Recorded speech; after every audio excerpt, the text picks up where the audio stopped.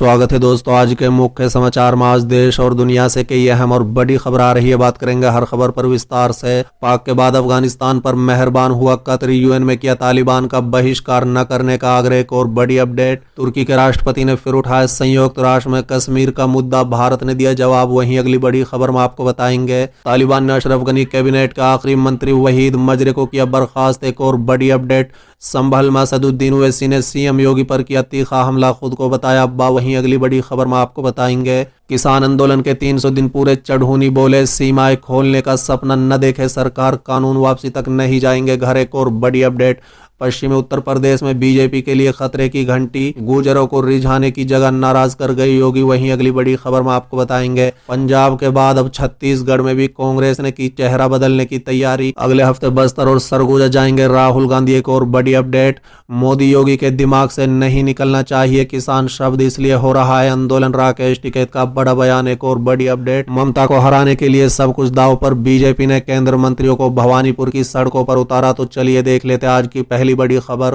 पाक के बाद अफगानिस्तान पर मेहरबान हुआ कतर, यूएन में किया तालिबान का बहिष्कार न करने का आग्रह। दरअसल दोस्तों, अमेरिकी सेना की वापसी के बीच अफगानिस्तान में महत्वपूर्ण भूमिका निभाने वाले कतर के शाह ने संयुक्त राष्ट्र में एक तीर्थ विश्व नेताओं से तालिबान शासकों से मुंह न मोड़ने का आग्रह किया है। बता दें कि संयुक्त राष्ट्र महासभा के मंच से बोलते हुए शेख तमीम बिन हम्माद अल थानी ने मंगलवार को तालिबान से बातचीत जारी रखने की आवश्यकता पर जोर दिया, क्योंकि बहिष्कार से केवल ध्रुवीकरण होगा, जबकि संवाद से सकारात्मक नतीजे सामने आ सकते हैं।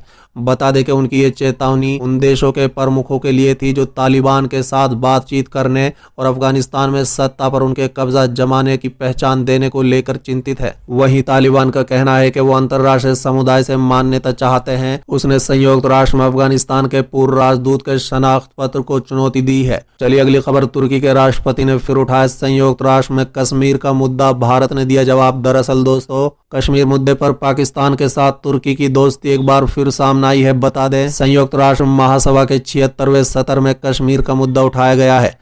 बता दें कि कश्मीर मुद्दे को तुर्की के राष्ट्रपति रजब तैयब एर्दोगान ने संयुक्त राष्ट्र की बैठक में उठाया, जिसको लेकर भारत सरकार ने कड़ी आपत्ति जताई, जिसके कुछ ही देर बाद भारतीय विदेश मंत्री एस जयशंकर ने जवाबी हमला किया। बता दें कि तुर्की के राष्ट्रपति रजब तैयब एर्दोगान ने संयुक्त राष्ट्र में कहा है कि हम पार्टियों के बीच बातचीत और संयुक्त राष्ट्र के प्रासंगिक प्रस्ताव के ढांचे के भीतर कश्मीर में 74 साल पुरानी समस्या के हल करने के लिए खड़े हैं। लेकिन पिछले साल उन्होंने कश्मीर की स्थिति को ज्वलंत मुद्दा बताया और कश्मीर के लिए विशेष दर्जों का खत्म करने पर आलोचना की। इससे पहले एर्दोगान ने 2019 में कहा था कि स्वीकृत प्रस्ताव के बावजूद कश्मीर अभी भी घेराबंदी में है और कश्मीर में 80 लाख लोग फंसे हुए हैं। चलिए अगली खबर, तालिबान ने अशरफ गनी कैबिनेट का आखिरी मंत्री वहीद मजरे को किया बर्खास्त। दरअसल दोस्तों, अफगानिस्तान में तालिबान सरकार ने अशरफ गनी के नेतृत्व वाली लोकतांत्रिक रूप से चुनी गई सरकार के अंतिम बचे मंत्री वहीद मजरे को बर्खास्त कर दिया है।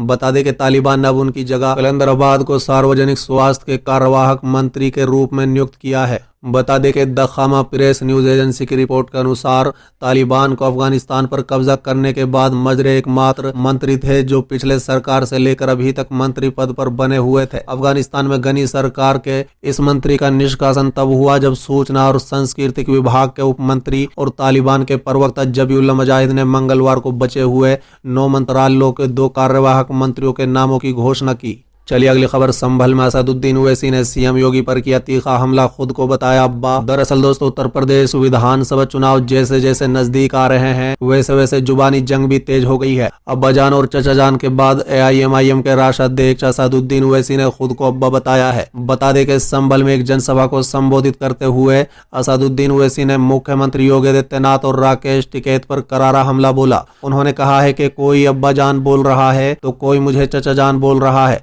उन्होंने कहा है कि वो अब्बा हैं, वो गरीबों, कमजोरों और सताए गए लोगों के अब्बा हैं। वो उन महिलाओं के भाई हैं जो मुश्किल में है। यदि कमजोर लोगों की मदद करना उन्हें अब्बा बनाता है तो मैं उनका अब्बा हूँ। यूपी में जितनी भी बिरादरी हैं, समाज हैं, सबकी हैसियत और ताकत है। हमारा हाल यह है कि मुस्लिम को दूर खड़ा कर दिया जाता है, सिर्फ वोट के लिए हमारा प्रयोग किया जाता है। चुनाव के बाद हम रोज मरते हैं, पुलिस का जुल्म बढ़ता है, रोजगार नहीं मिलता, जीवन बर्बाद कर देते हैं। साथ ही असदुद्दीन ओवैसी ने कहा है कि मैं यहाँ योगी आदित्यनाथ को हराने के लिए आया हूँ, आप साथ दीजिए, 2022 में योगी आदित्यनाथ को गुमनामी में भेज देंगे। चलिए अगली खबर। किसान आंदोलन के 300 दिन पूरे, चढ़ूनी बोले सीमाएं खोलने का सपना न देखे सरकार, कानून वापसी तक नहीं जाएंगे घर।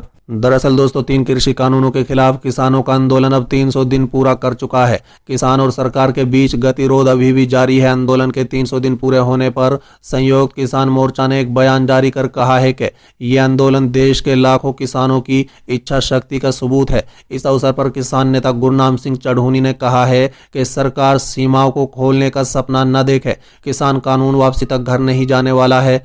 वहीं किसान संगठनों ने अपने संयुक्त बयान में कहा है कि किसान शांतिपूर्ण तरीके से काले कानूनों के खिलाफ आंदोलन कर रहा है और सरकार हठपूर्वक किसानों की जायज मांगों को नहीं मानने पर अड़ी है। ये स्थिति तब है जब देश में किसानों की सबसे बड़ी हिस्सेदारी है। किसान संगठनों ने 27 सितंबर को बुलाए गए भारत बंद को लेकर अब तैयारियां जोरों से शुरू कर दी हैं। बता दें कि संयुक्त किसान मोर्चा ने कहा है कि देश के अलग अलग हिस्सों में समाज के विभिन्न वर्गों से किसान संगठन संपर्क कर रहा है ताकि किसानों की मांगों को लेकर समर्थन और एकजुटता प्राप्त की जा सके। यह आंदोलन देश के लोकतंत्र को बचाने का आंदोलन बन गया है। चलिए अगली खबर। पंजाब के बाद अब छत्तीसगढ़ में भी कांग्रेस की चेहरा बदलने की तैयारी। अगले हफ्ते बस्तर और सरगुजा जाएंगे राहुल गांधी। दरअसल दोस्तों, छत्तीसगढ़ की राजनीति में एक बार फिर से भूचाल आने वाला है। सूत्रों की माने तो सितंबर महीने के आखिरी सप्ताह में राहुल गांधी छत्तीसगढ़ का दौरा कर सकते हैं। बता दें कि छत्तीसगढ़ प्रदेश कांग्रेस के मुखिया मोहन मरकाम ने बताया है कि राहुल गांधी की ओर से बस्तर और सरगुजा संभाग के दौरे की सहमति मिल गई है। सूत्रों से मिली जानकारी के मुताबिक राहुल गांधी मुख्यमंत्री को लेकर चल रही चर्चाओं को अपने इस दौरे के बाद विराम लगा देंगे।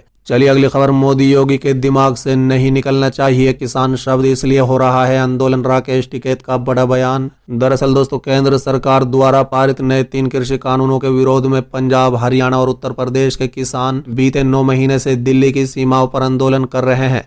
इसी बीच भारतीय किसान यूनियन के नेता और राष्ट्रीय प्रवक्ता राकेश टिकैत ने अपने एक ताजा बयान में कहा है कि मोदी और योगी के दिमाग से किसान शब्द निकलना नहीं चाहिए। बता दें कि किसान नेता राकेश टिकैत ने कहा है कि कम से कम इस आंदोलन से ये तो हो रहा है कि देश का प्रधानमंत्री और मुख्यमंत्री किसान का नाम ले रहे हैं, उनके दिमाग से किसान शब्द निकलना नहीं चाहिए। चलिए अगली खबर। ममता को हराने के लिए सब कुछ दांव पर, बीजेपी ने केंद्र मंत्रियों को भवानीपुर की सड़कों पर उतारा। दरअसल दोस्तों, पश्चिम बंगाल में एक बार फिर चुनावी माहौल तेज हो गया है। राज्य की भवानीपुर सीट के लिए होने जा रहे उपचुनाव में और भाजपा प्रत्याशी प्रियंका टिब्रोवाल के बीच मुकाबला कड़ा होने की उम्मीद है। इसको देखते हुए बीजेपी ने सीएम को हराने के लिए पूरी ताकत लगा दी है। बुधवार को केंद्रीय आवास और शहरी मामलों के मंत्री हरदीप सिंह पुरी ने भाजपा उम्मीदवार प्रियंका टिब्रोवाल के समर्थन में घर घर जाकर प्रचार किया।